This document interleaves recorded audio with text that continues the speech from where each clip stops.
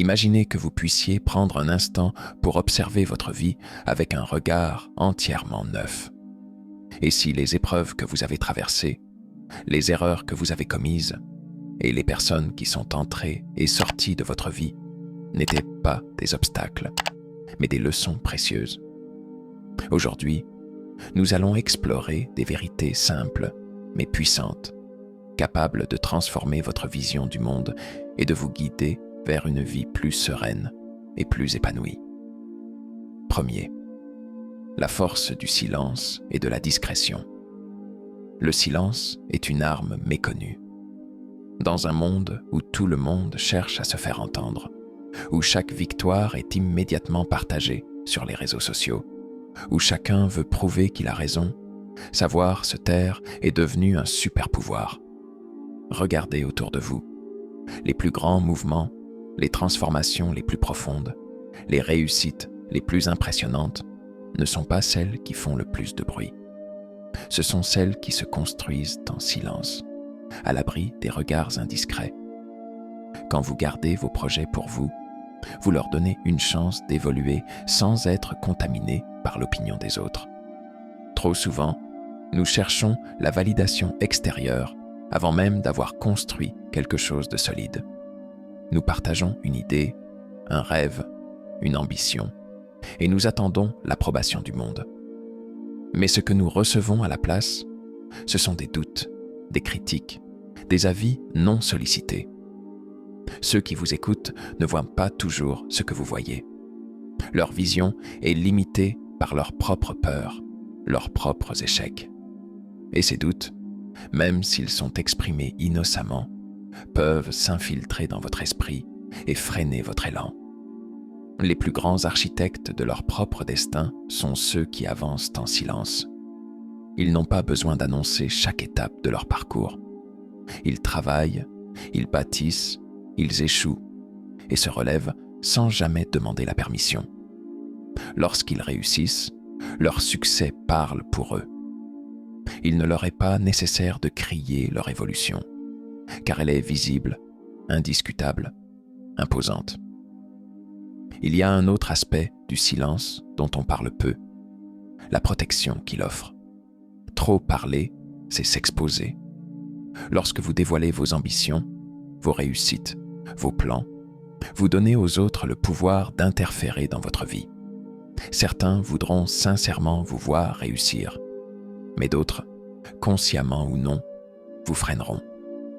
L'envie, la jalousie, l'incompréhension peuvent transformer des proches en adversaires silencieux. En gardant votre jardin secret, vous protégez votre énergie et votre concentration.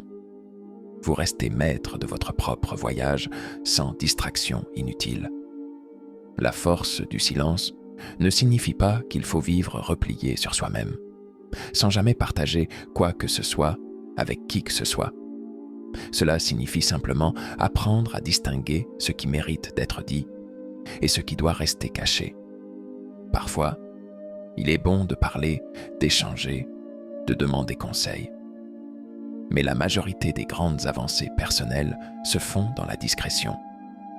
Alors, la prochaine fois que vous aurez une idée, un projet, un rêve, résistez à l'envie de l'annoncer à tout le monde. Travaillez dessus, nourrissez-le, construisez-le en secret. Et un jour, sans avoir eu besoin de le dire, le monde verra ce que vous avez accompli. Deuxième, l'art de lâcher prise. Il y a une illusion qui nous suit toute notre vie, celle du contrôle. Nous voulons tout prévoir, tout anticiper, tout maîtriser.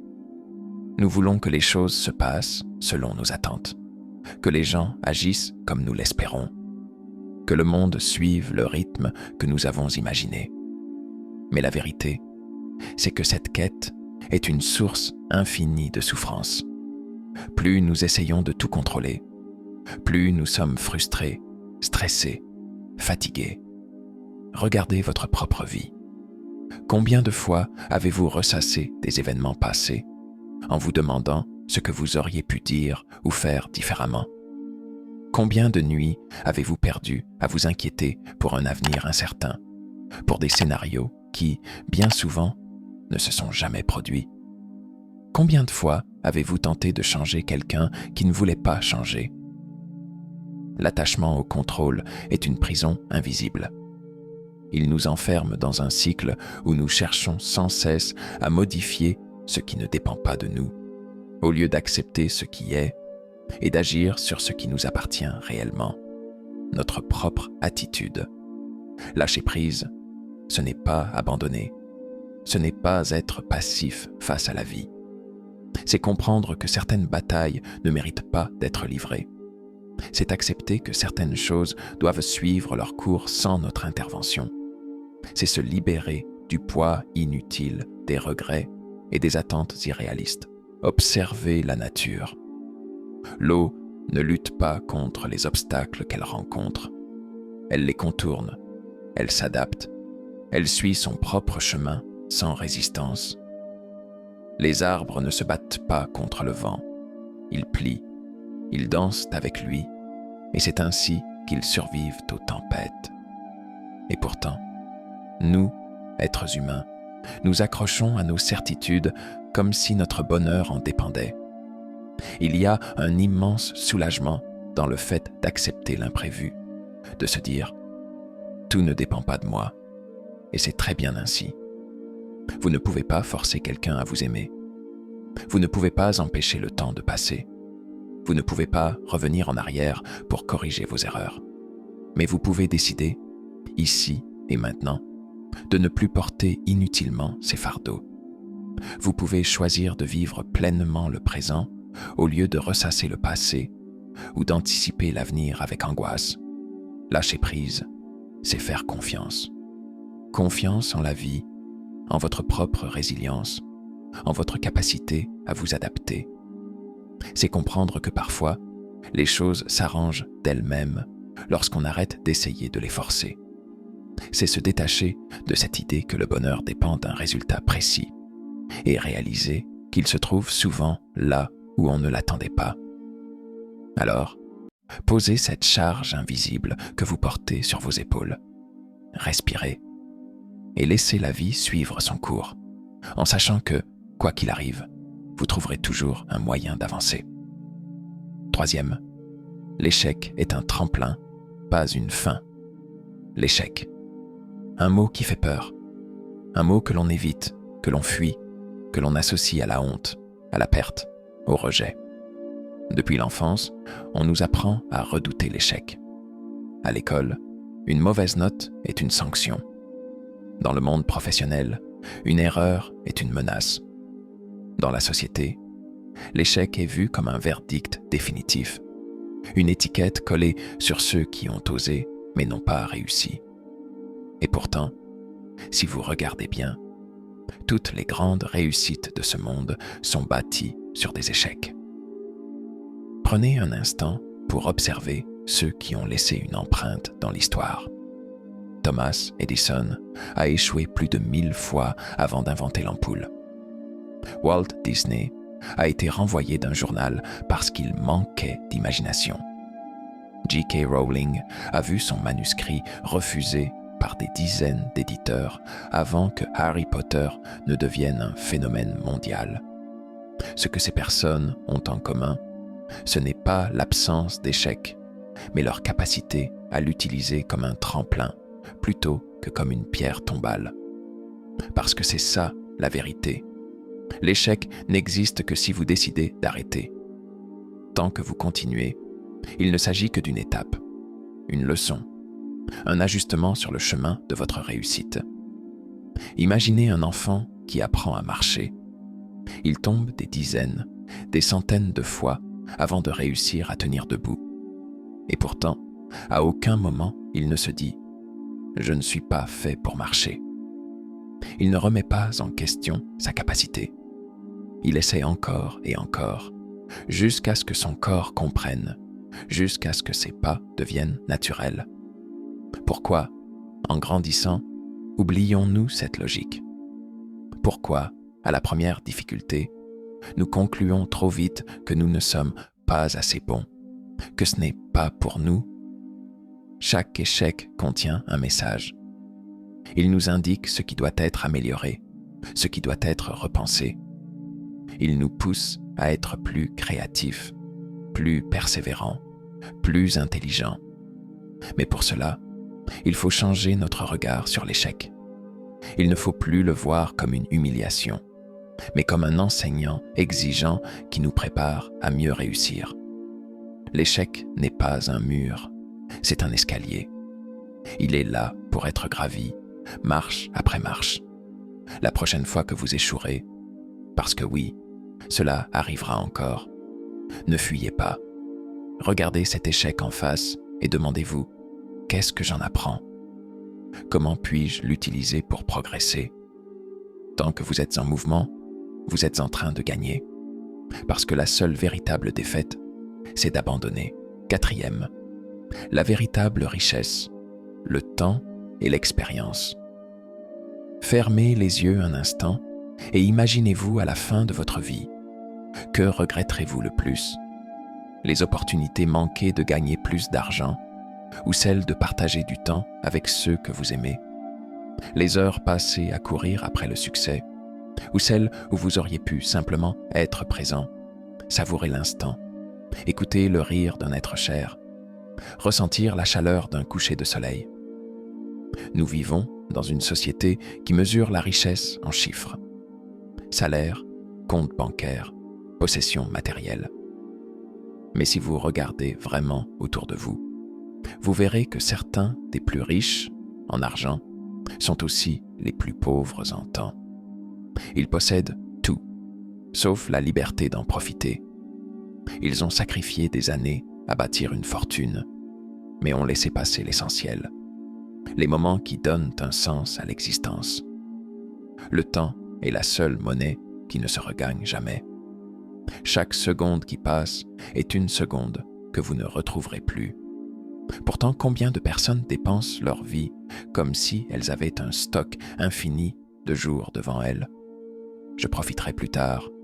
Je prendrai du temps pour moi quand j'aurai réussi. Je verrai ma famille quand je serai moins occupé. Et puis un jour, on se retourne et on réalise que ce plus tard ne viendra jamais. Mais la richesse ne se limite pas au temps.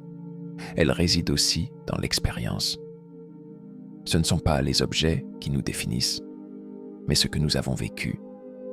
Un voyage, une conversation qui change notre vision du monde. Un échec qui nous apprend plus qu'un succès, une rencontre qui nous transforme. Voilà la véritable richesse. Les souvenirs que l'on crée, les leçons que l'on tire, les émotions que l'on ressent pleinement.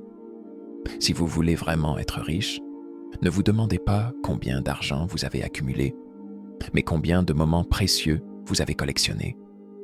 Avez-vous ri aujourd'hui? Avez-vous appris quelque chose de nouveau? Avez-vous passé du temps avec quelqu'un qui compte pour vous? Avez-vous osé sortir de votre routine pour vivre quelque chose de différent? L'argent, c'est un outil, rien de plus. Il peut offrir du confort, de la sécurité, mais il ne remplacera jamais la valeur du temps bien utilisé, ni des expériences qui forgent votre âme. Parce qu'au final, ce qui restera de vous, ce ne sont pas vos possessions, mais l'impact que vous aurez laissé sur les autres, les histoires que vous aurez partagées, les traces invisibles mais indélébiles de votre passage sur cette terre. Alors ne remettez pas à demain ce qui peut être vécu aujourd'hui, parce que la seule vraie pauvreté, c'est de passer à côté de sa propre vie.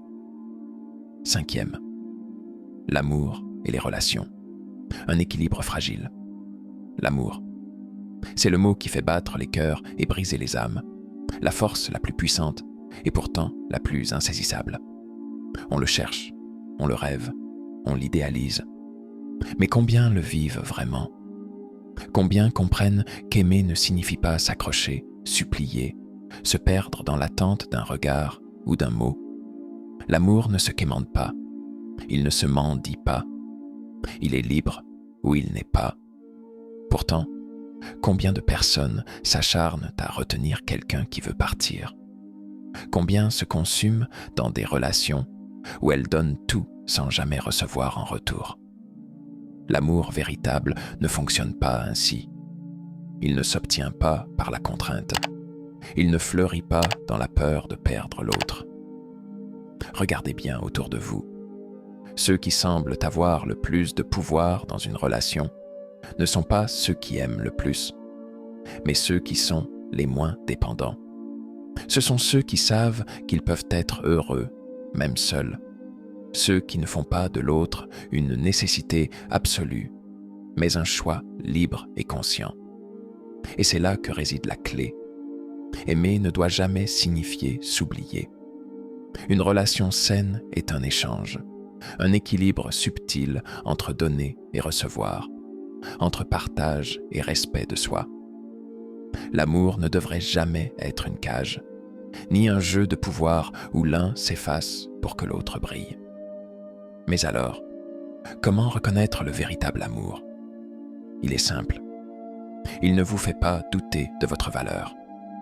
Il ne vous pousse pas à prouver sans cesse que vous êtes digne d'être aimé. Il ne vous épuise pas, il vous élève. Il vous donne un sentiment de sécurité, pas d'anxiété. Il vous permet d'être pleinement vous-même, sans masque, sans crainte d'être abandonné au premier faux pas. Si vous devez courir après quelqu'un, c'est qu'il ne veut pas rester. Si vous devez toujours être celui qui envoie le premier message, qui fait le premier pas, qui s'accroche quand l'autre se détache, alors arrêtez-vous un instant et demandez-vous « Pourquoi ? Pourquoi vous infligez-vous cela ?» L'amour qui fait mal n'est pas de l'amour. C'est un attachement, une dépendance, une illusion que l'on nourrit parce que l'on a peur d'être seul. Apprenez à vous suffire, à être bien avec vous-même avant d'être bien avec quelqu'un d'autre. Parce que l'amour le plus puissant, celui qui attire à vous des relations saines et équilibrées, commence toujours par l'amour de soi. Ce n'est qu'en comprenant votre propre valeur que vous pourrez trouver quelqu'un qui la reconnaîtra aussi. L'amour ne se force pas. Il se vit, il se donne, il se reçoit, sans lutte, sans angoisse, et surtout, sans jamais vous faire oublier qui vous êtes. 6. La solitude est un cadeau, pas une malédiction. Le silence, l'absence de bruit, de distraction, d'échange constant. Pour beaucoup, la solitude est une épreuve, une ombre menaçante qui plane au-dessus d'eux, un vide à tout prix à remplir. Pourtant, elle est l'un des plus grands cadeaux que la vie puisse offrir. Une clé vers une compréhension plus profonde de soi-même. Dans un monde saturé de notifications, de conversations superficielles et de sollicitations incessantes, être seul est devenu une peur collective. On comble chaque instant d'attente par un écran, un message, une distraction. Parce que rester seul, vraiment seul, face à soi-même, peut être inconfortable. Cela force à se confronter à ses pensées, à ses doutes, à cette voix intérieure que l'on préfère souvent étouffer sous le bruit du monde.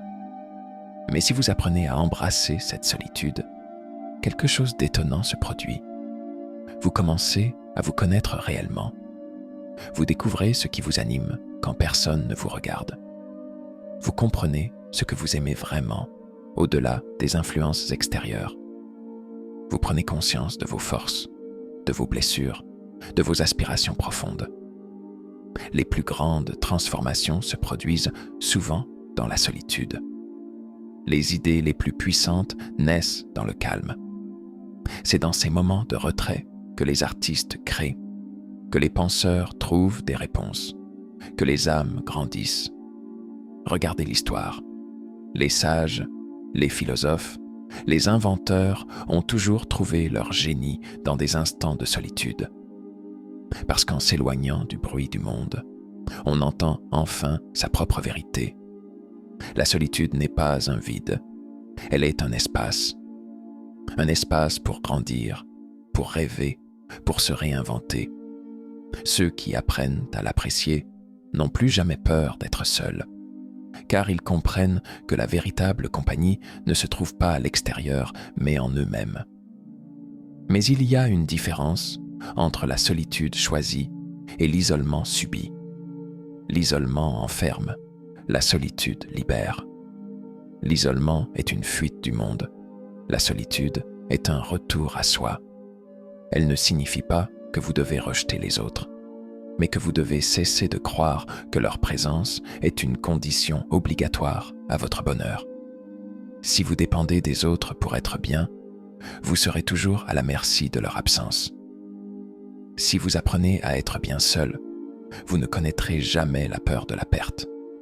Vous pourrez aimer sans attachement toxique, partager sans besoin constant de validation, avancer sans attendre que quelqu'un vous tienne la main. Alors, au lieu de voir la solitude comme une punition, voyez-la comme une opportunité de vous retrouver, de grandir, de vous construire sur des bases solides. Car lorsque vous êtes bien avec vous-même, vous n'êtes jamais vraiment seul. Vous êtes simplement libre. 7. Agissez maintenant, car demain n'est pas garanti. La procrastination est l'ennemi silencieux de nos aspirations les plus profondes. Nous avons tous des rêves et des objectifs qui, au fond de nous, nous poussent à avancer. Pourtant, combien de fois avons-nous repoussé des actions importantes, pensant qu'un jour, dans un futur incertain, nous aurions enfin le temps, la motivation ou les conditions idéales pour agir? La vérité, c'est que le futur est une illusion, un concept abstrait qui ne nous garantit rien. La seule chose que nous ayons vraiment entre nos mains, c'est le présent. Chaque jour que nous vivons est une chance unique de prendre une décision, de faire un pas vers notre objectif. Ce demain que nous attendons si souvent n'existe pas, et si nous n'agissons pas maintenant, nous risquons de perdre des opportunités précieuses. L'excuse du demain est une manière de fuir l'inconfort du moment, d'éviter de prendre des risques et de sortir de notre zone de confort. Cependant, chaque moment d'hésitation, chaque moment de retard est un pas en arrière. Regardons les choses en face. Rien n'est jamais parfait. Les conditions idéales n'existent pas, et c'est souvent dans l'imperfection que réside la beauté du voyage. Si vous attendez que tout soit en place pour agir, vous ne ferez jamais le premier pas. Ce premier pas est crucial, car il initie un mouvement qui, petit à petit, vous mènera là où vous voulez aller. Nous avons tous des rêves et des désirs, mais ce sont les actions que nous entreprenons aujourd'hui qui détermineront si ces rêves se concrétiseront un jour. Attendre le moment parfait, c'est en réalité retarder la possibilité d'accomplir ce que nous voulons. C'est comme si vous attendiez que la météo soit parfaite pour prendre un vol. Il est possible que vous restiez là, à regarder le ciel, sans jamais monter dans l'avion. Il est facile de se laisser piéger par la notion de temps illimité. Mais le temps, en réalité, est une ressource finie, et chaque jour perdu est une occasion de moins. Cela ne veut pas dire qu'il faut agir précipitamment ou sans réfléchir, mais au contraire, qu'il faut saisir l'instant et agir de manière réfléchie, mais sans plus tarder.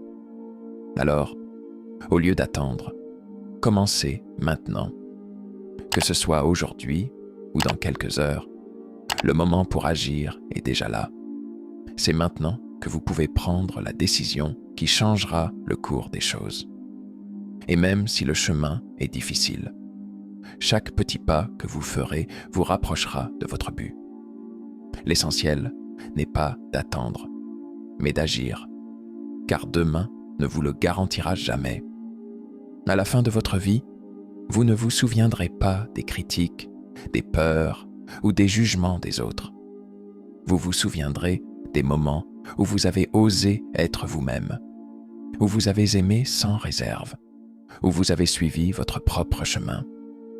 Chaque jour est une nouvelle page de votre histoire. Prenez le stylo et écrivez-la avec courage, amour et authenticité.